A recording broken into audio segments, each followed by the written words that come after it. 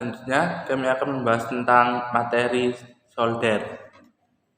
Definisi dari solder. Solder atau patri lunak adalah batuan logam yang mudah meleleh, yang digunakan sebagai logam pengisi untuk menyambungkan dua material logam. Pada proses penyolderan, solder dilelehkan atau dilebur agar dapat dibubuhkan pada sambungan yang akan terikat setelah solder mendingin dan memadat.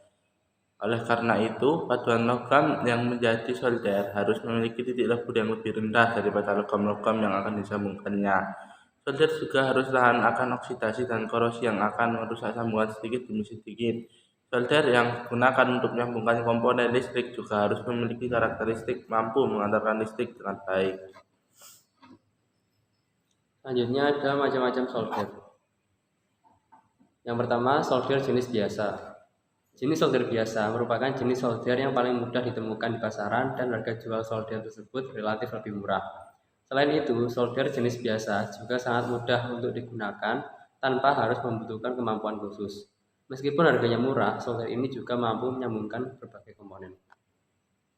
Kedua, solder uap. Sebelum menggunakan solder uap, penting untuk mengetahui pengaturan dasarnya, yaitu pertama, pengaturan mengenai tingkat panas yang dihasilkan melalui mata solder. Serta yang kedua adalah tekanan udara yang akan dikeluarkan. Kedua pengaturan ini saling berhubungan satu sama lain.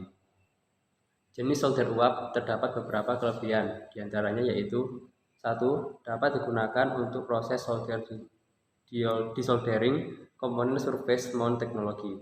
Suhunya dapat diatur mulai dari 100 derajat Celcius hingga 500 derajat Celcius, mampu melindungi kerusakan komponen yang disebabkan listrik yang tidak stabil.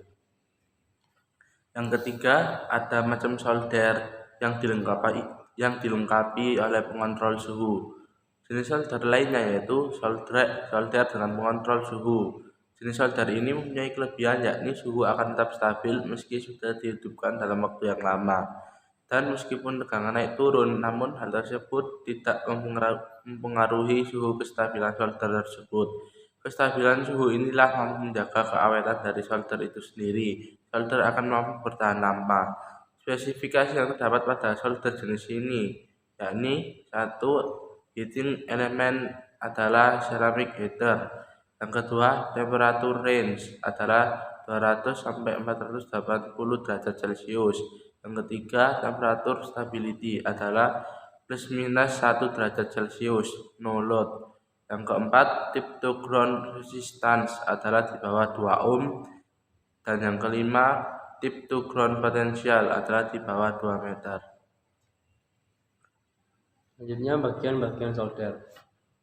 1. Elemen panas. Solder merupakan jenis alat yang mengubah energi listrik menjadi energi panas atau kalor. Bagian utama dari alat solder adalah elemen solder atau elemen pemanas yang berfungsi sebagai penentu tinggi rendahnya suhu.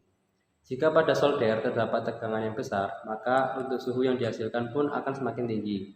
Pada elemen pemanas solder mempunyai daya tertentu, yaitu penggunaannya dipilih sesuai dengan kebutuhan. 2. Besi solder dan mata solder. Tip atau besi solder merupakan bagian solder listrik berikutnya yang berfungsi untuk mengalirkan energi panas yang sebelumnya dihasilkan oleh elemen pemanas. Oleh karena berfungsi sebagai konduktor, maka bagian ini harus terbuat dari bahan yang mampu mengantarkan panas dengan baik. Yang ketiga, ada gagang solder. Agar aman nyaman digunakannya, maka alat solder listrik dilengkapi dengan gagang, ada yang berbentuk tembakan dan ada juga yang berbentuk batang. Bahan yang digunakan untuk membuat gagang solder adalah plastik yang dicampur dengan bahan tertentu sehingga tetap aman dan tidak meleleh ketika solder dipanaskan. Berikutnya ada proses penyolderan. Proses penyolderan yang pertama, sebelum mulai penyolderan, bersihkan terlebih dahulu PCB yang akan digunakan. Yang kedua, siapkan komponen yang akan disolder. Jangan lupa periksa dulu komponen yang akan disolder dan bisa juga dibersihkan. Yang ketiga, siapkan solder yang telah dipanaskan. Yang keempat, selanjutnya pasang komponen ke PCB. Ingat, ketika kita menyolder komponen, lebih baik pasang satu persatu jangan sekaligus semua komponen kita pasang ke PCB. Ketika memasang komponen ke PCB, bengkokkan kaki komponen hingga kira-kira kita mudah untuk menyolder komponen tersebut. Yang keenam, pastikan komponen yang akan disolder itu benar, jangan sampai salah komponen. Yang ketujuh, jika kita ingin melepas hasil solderan kita, gunakan sedot timah. Caranya sangat mudah, cukup panaskan kembali solderan yang telah mengeras dan menggunakan solder tersebut. Kemudian lanjutkan sedot timah tersebut dengan alat sedot timah. Sekian dari kelompok kami untuk bab materi tentang solder.